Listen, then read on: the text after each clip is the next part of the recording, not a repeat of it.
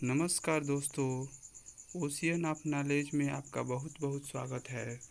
आज मैं आप लोग के लिए एक बहुत ही इम्पोर्टेंट क्वेश्चन लेकर आया हूँ, जो कि हिंदी का प्रैक्टिस सेट है। ठीक है ना। तो इसमें कुछ मिश्रित प्रश्न हमने हिंदी व्याकरण का दिया है। ठीक है। 25 मोस्ट इम्पॉर्टेंट क्वेश्चन है जो बड़ी परीक्षा में बार बार पूछे जाते हैं। तो चलिए हम अब स्टार्ट करते हैं प्रैक्टिस सेट का पहला क्वेश्चन और देखते हैं कि पहला क्वेश्चन क्या है। चलिए देखते हैं। 100 वर्षों की अवधि को क्या कहते हैं? तो इसमें दो ऑप्शन दिया गया है। पहला ऑप्शन में शताब्दी और दूसरे ऑप्शन में शतक लिखा है। तो आप बताएंगे कौन सा ऑप्शन सही है। ठीक है। तो इसमें शताब्दी यानी 100 वर्षों के समय को शताब्दी कहा जाता है, जबकि एक महीने के समय को मासिक और साल भर के समय को वार्षिक कहा जाता है। ठीक है ना। तो इन बातों का ध्यान रखेंगे। उसके बाद दूसरा क्वेश्चन देंगे, अनुनासिक का संबंध होता है। अनुनासिक का संबंध किससे होता है आप बताएंगे। और ऑप्शन है केवल मुंह से और ब ऑप्शन है मुंह और नाक से। तो आप बताएंगे कि इसका संबंध किससे होता है। तो इनका संबंध मुंह और नाक दोनों से होता है। इसके बाद अगला क्वेश्चन है क्वेश्चन नंबर 3, अयोगवाह कितने होते हैं? तो अयोगवाह पहला ऑप्शन दिया है 2 और दूसरे ऑप्शन जो ब है उसमें 3 दिया है। ठीक है ना। तो आप बताएंगे कितने तरह के अयोगवाह होते हैं।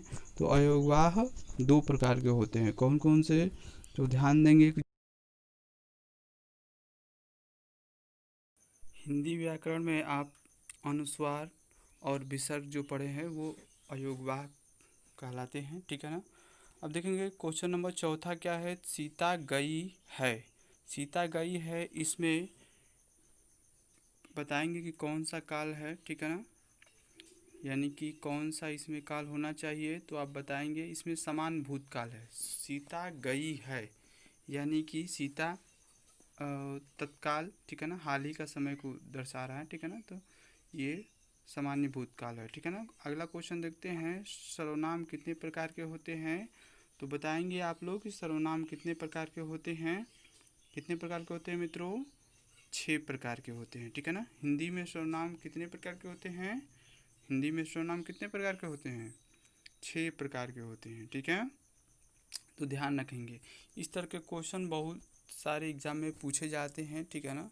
और यदि हम अच्छे से प्रिपरेशन नहीं करेंगे तो फिर दिक्कत होने लगता है। ठीक है ना, एग्ज़ाम के समय। इसके बाद अब अगला क्वेश्चन देखते हैं क्वेश्चन नंबर 6, पावन का संधि विच्छेद कीजिए। पावन का संधि विच्छेद क्या होगा बताएंगे आप लोग। और ऑप्शन है पो प्लस अन और ब ऑप्शन है पौ प्लस अन। तो आप बताएंगे कौन सा ऑप्शन इसमें सही है। तो इसमें आपका पौ प्लस अन होना चाहिए, यानी कि दूसरा जो शब्द दिख रहा है पौ प्लस अन वो सही है। ठीक है ना। आदि संधि का एग्जाम्पल है। ठीक है। इसके बाद देखते हैं हिंदी भाषा का प्रथम प्रमाणिक ग्रंथ कौन सा है। हिंदी भाषा का प्रथम प्रमाणिक ग्रंथ कौन सा है? तो ऑप्शन है पृथ्वीराज रासो और ब ऑप्शन है भागवत।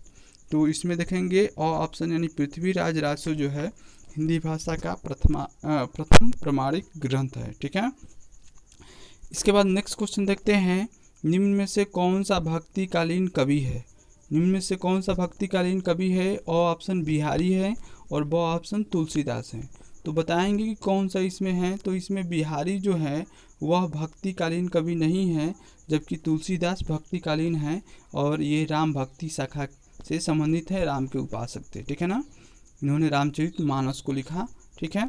अब क्वेश्चन नंबर 9 देखते हैं, अर्थ के आधार पे वाक्य कितने प्रकार के होते हैं? तो अर्थ के आधार पे वाक्य 4 प्रकार के होते हैं, एकार्थी शब्द, अनेकार्थी शब्द, विलोम शब्द और प्रवाची शब्द। ठीक है ना।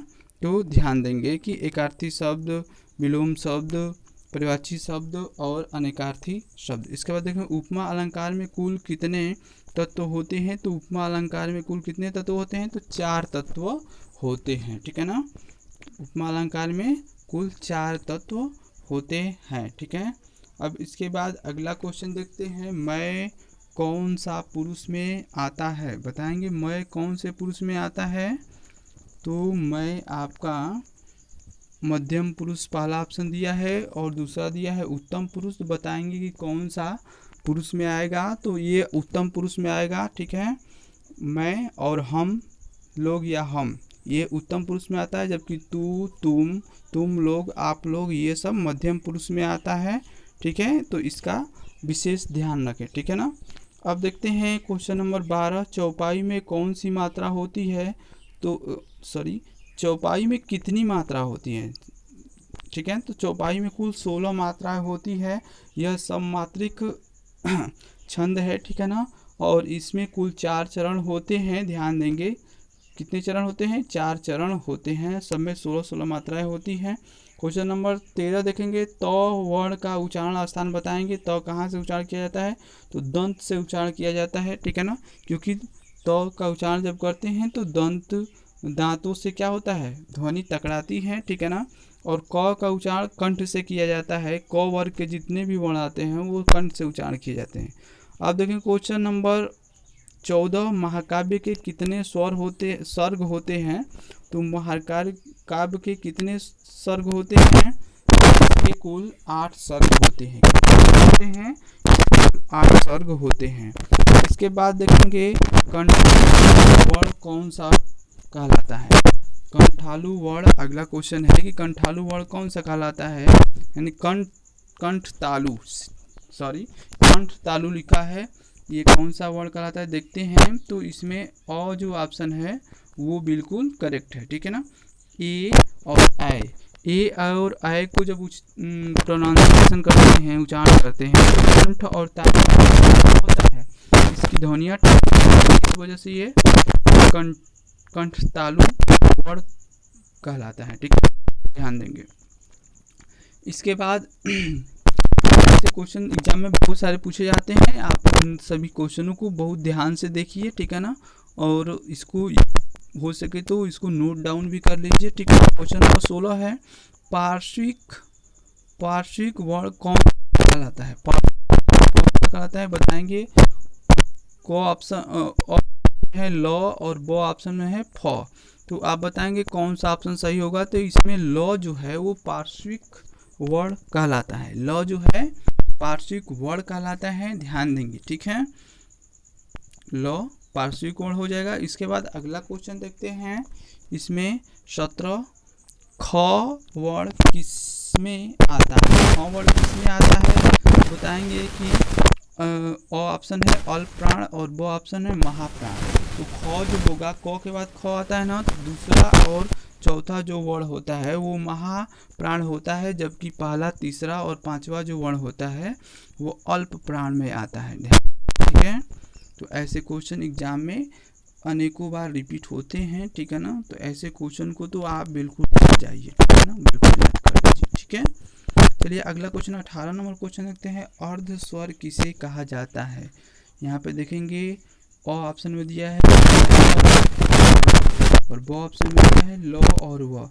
तो बताएंगे कि अर्ध स्वर कौन सा होता है। तो य और र जो होता है अर्ध स्वर होता है, ठीक है।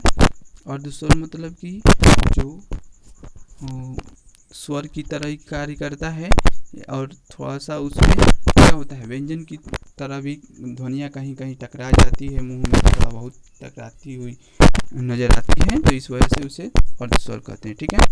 तो ग वर्ण अगला क्वेश्चन है कि ग वर्ण किसमें आता है।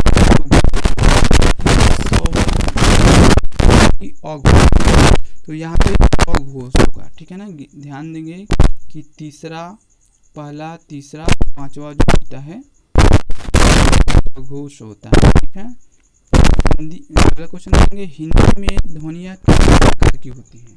बताएंगे हिंदी में किस प्रकार की होती है। हिंदी में ध्वनियाँ किस प्रकार की होती है मित्रों। तो हिंदी में ध्वनियाँ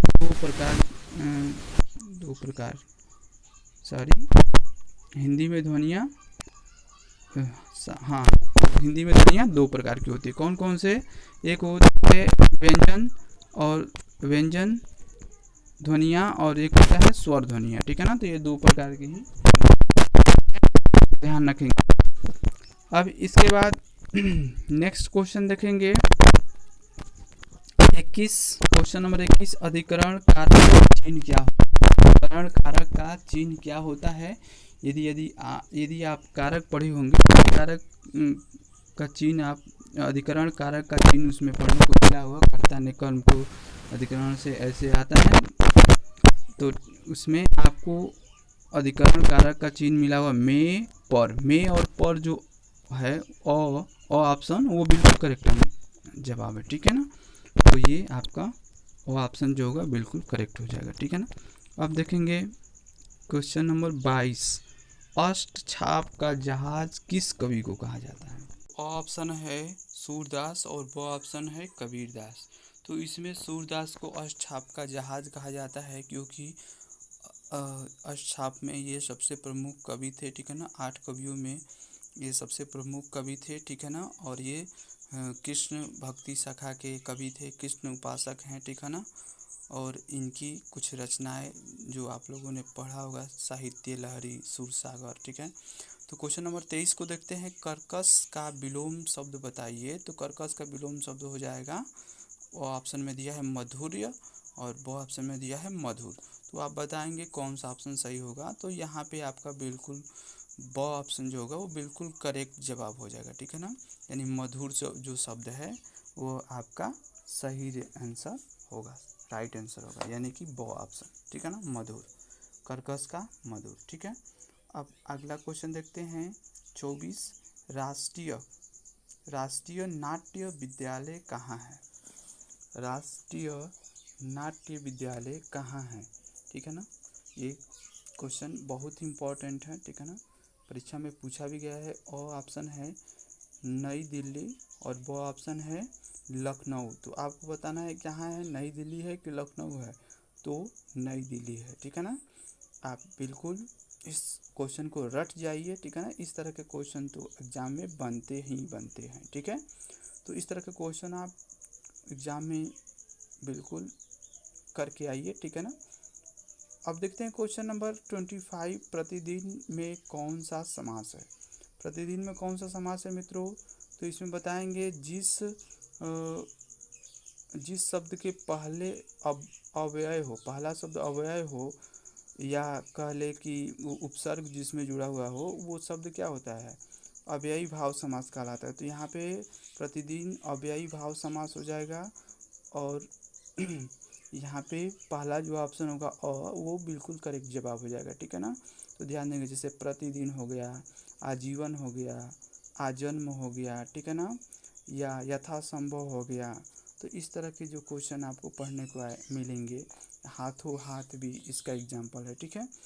तो ये अव्ययी भाव समास होते हैं। इसमें पहला जो पद होता है अव्यय होता है, ठीक है ना। तो इस तरह से हमारे पास 25 क्वेश्चन यहाँ पे समाप्त होते हैं।